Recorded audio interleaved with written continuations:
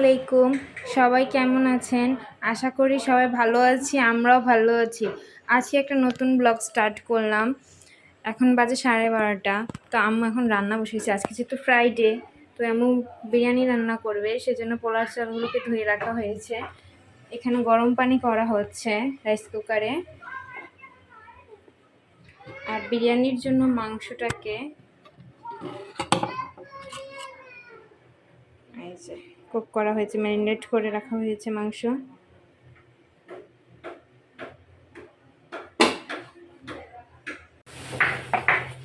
এই যে পোলাও রান্না করা হচ্ছে, পোলাও চালগুলোকে চুলায় দিয়ে দেওয়া হয়েছে, এতে লবণ দিয়ে দেওয়া হয়েছে, তেজপাতা এলাচ তাও দেওয়া হয়েছে।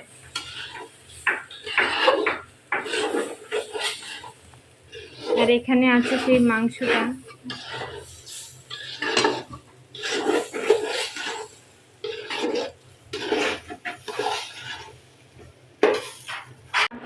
এই তো রান্না শেষে আমার বিরিয়ানির লুক।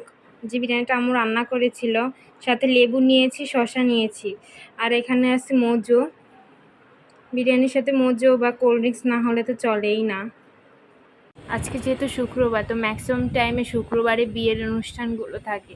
তা আমাদের এই এরিয়াতেও একটা বিয়ের অনুষ্ঠান হয়েছিল, তো যার বিয়ের বাড়ি এভাবে সাজানো হয়েছিল।